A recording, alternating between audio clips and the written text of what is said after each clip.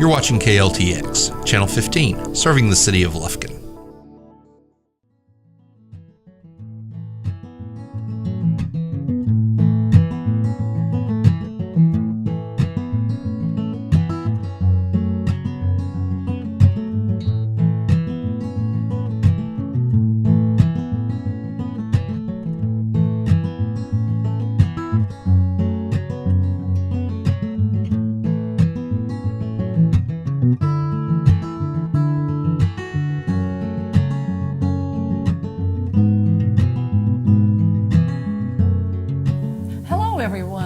Welcome to the February edition of Forest Country Gardening. My name is Elaine Cameron. I'm an Angelina County Master Gardener. Here with me today is Carrie Sims, County Extension Agent for Agriculture and Natural Resources at the Texas A&M Agrilife Extension Office in Angelina County. Well, Carrie, could you tell the folks what it is you do at the Extension Office, what your job is? I'm an educator. I'm a teacher without a classroom. We do have a lot of seminars at the office. We do a lot of one-on-one consultation with folks in Angelina County, work with media, and do a lot of trials. And so we are an educational outreach of both the County Commissioners Court and the Texas A&M University system. Great. So you're here to serve the people of Angelina County. Absolutely. That's my job. Right. And I've worked with Carrie for about 18 years when I started the Master Gardener class. So the Master Gardeners are volunteers that help you in that educational process. Right. We've got to back up what you do. In the different areas that we have, we rely upon volunteers to really help us get out the word of what we're doing. Well, today we're going to follow up on last month's edition. I had my soil tested and got the results back. And anyway, Carrie's going to be here today to help us with fertilizer and to unlock the mysteries of those letters and numbers on the front of the fertilizer bags. That's right. That's right. Carrie, for folks who are new gardeners, where do they start in deciding what fertilizer to add? I know what the nutrients are that a plant needs, but I don't know what's already in your soil. Right. And so, what do you add to make it wonderful? You can't look at it and tell. And so we strongly recommend that folks take a soil test. It's about $13 per sample. You'd send it off to the SFA Soil Laboratory. You can get the forms online or from our office. We can mail them to you, email them to you. You can just get that. There's also tests at Texas A&M and other universities. SFA is just very close. We like working with them. They do a lot of East Texas. They know our soil. So we're going to spend $13 and we're going to get that soil test, and then we'll know exactly what to do instead of guessing. And so we save money on fertilizer. Yes. Plus we add the right amount, so we're not polluting the waters. We're not contributing to runoff if we give exactly what our plants need. Fertilizer can be great, and if used incorrectly, it can be an environmental problem. So it's a responsible thing to do as well as help care for our own gardens. Absolutely. So, could you explain what those letters on the fertilizer bag mean? Yes. I've brought from some of our local feed stores and garden centers some of the products that you'll see. There's everything from Natural Guard to high yield products to Miracle Grow, Orthene, all these different types of things. And there's honestly, depending upon the plant, 14 to 16 nutrients that a plant could need. Now there's only 3 that are needed in bulk. We call those the major nutrients. And those are nitrogen, phosphorus, and potassium. When you look on a bag and you see these 3 numbers, like this one here is 4600, that would be nitrogen, this would be phosphorus, and this would be potassium, which we also sometimes call potash. You look over here on this bag, that's obviously nothing but nitrogen, 4600, and that product, that's called urea. Over on this bag, the analysis on this bag is 10, 20, 10. It's 10% by weight nitrogen, 20% by weight phosphorus, 10% again by weight of potassium. And then there's a whole, and this is big bulk bags. You could buy, if you needed nothing but potash, you could buy, it's called muriate of potash, and if you look right there, that says 0060, nothing but potash in this bag. Magnesium sulfate has nothing but magnesium and sulfur. And you say, well, now, that's not nitrogen, phosphorus, potassium. Well, while these are the big 3 macronutrients, these are the secondary ones, magnesium and sulfur. And if you're really astute, you'll know that this is the same thing as Epsom salts. Right. And so the old-time gardeners say, we put out some Epsom salts, and that would, that'll make your plants grow well. Yes, because Epsom salts is magnesium and sulfur. Right. So anyway, there's that. Gosh, where do I go? Bone meal, which would be an organic. What I've showed you thus far has not been organic or from something natural. Bone meal comes from bone. It's 0, 10, 0.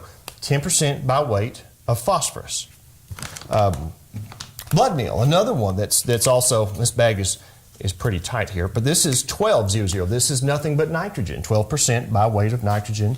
And then there's other products. A lot of y'all know, have heard of Miracle Grow. The miracle, I like to tease, of Miracle Grow is that they've put just about every nutrient a plant could need in there. Right. So if you're low on it, it's in here. And it's super easy to use. It's super easy to use. Because it doesn't burn. It doesn't burn. What's this Miracle Grow, and you look at the front, and the front it's plant food for flowers. Oh, okay, well this is for flowers. Well, when I get and I look at the back, it's 24% nitrogen, 8% phosphorus, and 16% potash. So that'd be a 24, 8, 16. But what also is in here is nutrients that we don't think about much. Boron, copper, iron, manganese, molybdenum. That's a fun one to say. Zinc. And so they've just put so many other nutrients in here that if you were short in something else, right, you got it. you got it. And so that you can buy that for flowers, you can buy it for vegetables. Fish emulsion is another natural fertilizer, 5-1-1. If you were to buy compost and put compost out, and I love folks say, well, I just use that. Well, composted cow manure or any types of manure would typically be a 1-1-1. And you say, well, that's pretty weak compared to these. Well, right. it is in smaller amounts. This is the concentrated. And where I would put, we'll learn here, I may put an ounce around, a flower bed of this. Maybe I'm putting 2 or 3 shovelfuls of a compost around. So, the total amount of nutrients. Right. And then the last one, I guess, that I'll point out here, and this is a favorite of a lot of folks, Osmocote. What makes Osmocote wonderful, if y'all can see the little pellets in there, this is a slow release fertilizer. So you put it out once, and I believe over 4 months, this will slowly release nutrients into the soil. There's a bunch of them. Right. There's really 3 that we need to worry about, and that's nitrogen, phosphorus, and potassium. The big 3 that you'll see in most every bag that you see here lists that predominantly, those big 3 nutrients that we need to pay attention to. And if I could comment on a couple of these things. Please. This has been one of my favorites because it doesn't burn. It doesn't burn. And I can add, what I need when I begin. Fertilizer is a salt. If you put it too close to the plant roots, exactly. It draws the water out of the roots, and the plant actually dehydrates and looks burnt. And I like to tease folks. I've never seen any of these catch on fire. No. Right. These, your commercial fertilizers, and it's not like table salt. It's not sodium, but in the chemistry world, it is a salt, and it can draw that out. This is not a salt. And your fish emulsions, your blood meal, your bone meal, those are not salts either. So, right. Yes. And these are great to use if people want to go organic. However, at my house, I found not to use bone meal and not to use blood meal because the critters that roam around love the smell of that and will dig up my garden. Whereas I use another type of fertilizer, it doesn't have that aroma. Yes. You feed food scraps to your dogs and meat scraps, and they love that. And then you put out blood meal. Ooh, there's something good here. There's something good. There goes your plant. That's right. So if you don't have that problem, these are a good product to use. They are. Right. One product that I didn't talk about over here is agricultural limestone or some sort of limestone. Limestone, it is a nutrient because it's got calcium in there. I mean, if you remember, I talked about all those nutrients that a plant can need. Certainly calcium is a big one. But the reason we put out limestone is not to have calcium per se, but it's because we typically many times have acidic soils in East Texas. Our climate, our soils, our rainfall, my goodness, really makes soils acidic. And remember we learned in high school, the pH scale goes from 0 to 14. 7 is neutral, and below 7, where we're normally at, is acidic. Now, most soils, and I think we're going to find out, yours is a little bit acidic, but that's good. It's when it becomes too much acidic that we put out limestone. Some folks can like to use wood ashes, and that'll work too. But limestone will change that pH. It changes it slowly. And there's agricultural, and there's several different, there's pelletized lime. There's a lot of different limes out there. But just putting out some lime, if your soil needs it. If it needs and it. we'll know if it needs That's it the key. because of a soil test. Because I know a lot of folks say, well, we live in East Texas. Put it out every year. And they say, isn't that a good idea? And I'm like, I don't know. That's how you find out. That's how you find out. Now, interesting thing on lime, people call acid soil sour. Yes. And if you put limestone on, you sweeten it. That's right. So how and when should fertilizer be applied to a vegetable bed? When starting your garden, if the soil test tells you that you need lime, you need to put that out weeks, maybe a few months, honestly, before you start to plant your potatoes or your tomatoes or beans or whatever you're planting. that change in the pH in the soil, it's going to take time. That Right. limestone, you're changing the chemical makeup of the soil. You're raising the Right. pH, reducing the acidity, making it more sweet, and that takes time. So let's give that some time. Typically, at planting, there are some fertilizers that you can put out. There's certainly an opportunity that you'll want to, as that plant is growing over the weeks, maybe months, it'll deplete the nutrients, and some of these nutrients are very mobile in the soil. They'll leave, Right. and we'll need to side dress. So we lime way ahead. Right. We will fertilize at planting, and then we'll possibly, on heavy feeders that take a long time, we'll put them out. We'll certainly side dress. Right. And so, like, conditioning the soil also requires organic matter. Absolutely. So when you add that compost or organic Absolutely. matter, then that's probably a good time to add your limestone and let it all work together. It is. It is. And you talked about cow manure, and that's also a good soil conditioner. It is. It's a weak fertilizer, Right. but it's readily available and helps to loosen up your soil Yes. and add those good things you need to. Regardless of these fertilizers, Right. using some sort of composted manures, composted leaves, composted. Right. If you can catch the tree trimming trucks that come by and have them dump one of those big loads of all those tree Right, chippings, right. oh, that's excellent stuff. Let that decompose. Let that reduce in size. Let it compost so those nutrients are Right. available. You'll spread that over your soil, till that in, and you will. My goodness, you increase the microbial life in there. You Yes. build some of the nutrients. You certainly Right, do. It's right. not a stout Right, fertilizer, but right. there's, and we just can't go wrong by adding that Right. every year. Right. Top dressing along with it with a thin layer. Certainly putting several inches of it in a garden, tilling that in. Right. Excellent stuff. Yeah, and also vegetable gardens need the fertilizer. They I mean, need it. some people think you can get everything from compost. Maybe you can, Maybe you can. but to get the best yields, right. they're heavy feeders, They're as heavy we say. feeders. That's right. And to get the most produce out of our little garden, Right. we need to fertilize and fertilize correctly. And fertilize correctly. So would you talk about different methods of application, such as what does it mean to broadcast your fertilizer? When we broadcasting is what it says. We're spreading it all out. Okay. Typically, we're going to incorporate that in. It's interesting. Right. Some nutrients are very mobile. They'll move on you. The nitrogen, you can kind of broadcast it on top. Rain will take it down in, or your sprinkler, or whatever Right, irrigation. It'll move down in. Nitrogen will. It's also one that's going to leave you the fastest. Right, So right. it's fickle and flighty, and It's on the move. it's on the move. Oh my goodness! But that's what makes things green and grow. So Right. we got to have We it, and that's need it. certainly when we're going to come back later and talk about side dressing with. Right. Phosphorus, the middle number here, this is 20% by weight of phosphorus. That's what when we talk about that 10-20-10. Phosphorus, when you put phosphorus out, that will stay in place. So much so that if you were to toss it out on top of your ground and not till it in, well, it might stay up there. Interesting. So we need to Work it in. we if need you to work that. it in. Okay. That's going to get this down in there, close to the root zone, and you'll have that phosphorus, and certainly as well the last number, at least 3, potassium down in the root zone. So that's why they always say work it in. Yes. Interesting. We're going to look at my soil test now. It came back just maybe a week after I sent it in December. It was pretty prompt. Anyway, I was surprised by the numbers.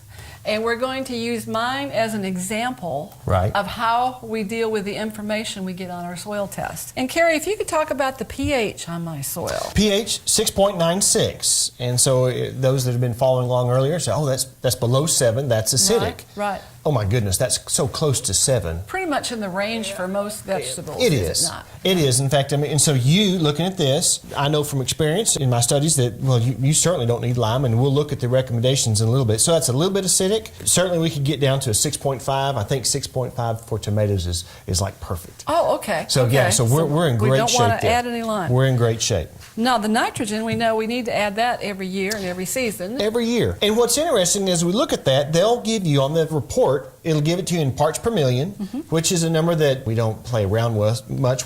I'm always looking for, well, does it say it's very high or low or very low or what? Right. And it doesn't say that They for didn't nitrogen. comment. So, And they never will. okay, Because nitrogen, we know, is on the move. it's on the move. So they don't want to say, oh, you're okay. We just always got to add that. So Right, that's kind of an interesting thing Right. about the test. Your phosphorus, 106 parts per million. Well, what does that mean? Very high. Right. Now, phosphorus, remember that was the one that we put out. We needed to put till into the soil because it doesn't move through the soil. Right. If nitrogen is the person that's fickle and flighty and can't make up their mind, Right. phosphorus is the friend that comes over. You invited them over to watch the football game. Right. Well, then after the football game, they didn't leave. And they were like, hey, give me the remote. What else is on? And they stay.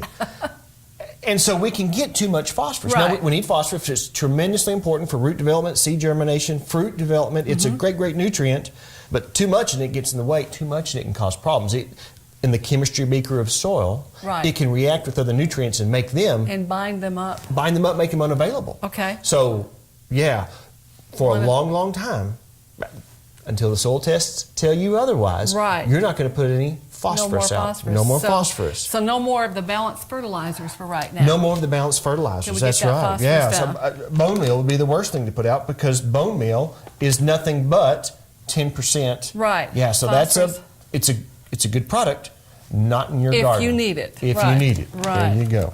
And let's see, potassium is the next one. Yeah, potassium is the next one of those big three: nitrogen, Right. phosphorus, potassium. The big three that we'll see on the bags, always up front. 69 parts per million, and that's low. Right. And so, okay, we know that we're going to be needing to add that. We can look at we can see the fact that we're always going to add nitrogen. Phosphorus is very high, so there's not going to be any recommendations on that, and then potassium. Those are your big three. The next bigger ones are calcium and magnesium, and both of those are high. Right. So overall, can I just say that you've got excellent soil? Your pH is fine. The only thing that's low that needs something is a little bit of potassium, and then we've always got to add nitrogen. Oh, that we could have. Everybody could have garden soil this good. There's a few ways that Nice to know. It is. Good, yeah, good. but because a lot of times I've seen results come back and it's like very low, very low, very low, very So low. you and need you're to like, add everything. yeah, here we go. But with yours, in fact, we've got to stay away from some fertilizers. And so that's why even a tremendously general fertilizer like this 10-20-10 would be a terrible choice because you just don't need the 20% phosphorus in the middle. So I don't need to worry about putting eggshells in my compost pile. No. And no. I don't need to add Epsom salts to my tomatoes. You don't because need to do that at all. Because magnesium is high, which is a major nutrient in Epsom salts. So recommendations for my soil test. Yes. Limestone, like we said, we don't need to add anything. Zero. I brought a bag of it here, and that's something that... Some people might need. Oh, absolutely. So- And you know what's interesting? You took a soil sample from your vegetable garden. Right. And I'm betting over the years, you've treated that with whatever your inputs were, your Osmocote, your fertilizers, all Right. this. You've treated that differently than you have the front yard. It looks that way, yes. I mean, but you have treated it. Right, right. And I've also added lime from time to time. The thing is that if you say, well, I've got some lime in the shed, I guess I need to get rid of it. Well, spending $13 on a soil test in a different part of your landscape that you treat differently and expect different There you results, go. well, maybe that would go to that. But for your vegetable garden, Right. no limestone. You're great. Correct. Yes. And as slow as that changes, you'll have a few years before you might need it, and we'll know we Right. need it from a Right. soil test. At planting, and when you go through this, the report that you get back from SFA, they'll tell you what to do at planting and then on growing plants. At planting, they're telling us to put out some 0060. How much? A quarter of a pound per 100 square feet. Now, where's my 0060? That's Muriate of potash. potash. There we go. So we're putting this out. We can see here, that's the 0060. And if you've heard me say potash, and then you've heard me Right. say potassium, and you go, well, what's that? They're interchangeable. Muriate of potash, that's the brand name. It is potassium, and it is Okay, that 0060. So out of this bag of 0060, a quarter pound per 100 square feet. So if you've got what's 100 square feet? Well, that's a 10-foot by 10-foot garden. Right, right, Not a big area. right. I mean, so this is concentrated, and just a quarter pound will take care of a 10-foot by 10-foot garden. So let me just explain how I figured out what to put in my garden. Fantastic. Okay, first thing you need to do is go back to your math skills. Figure the area of your garden. And my raised beds are 42 by 84 inches.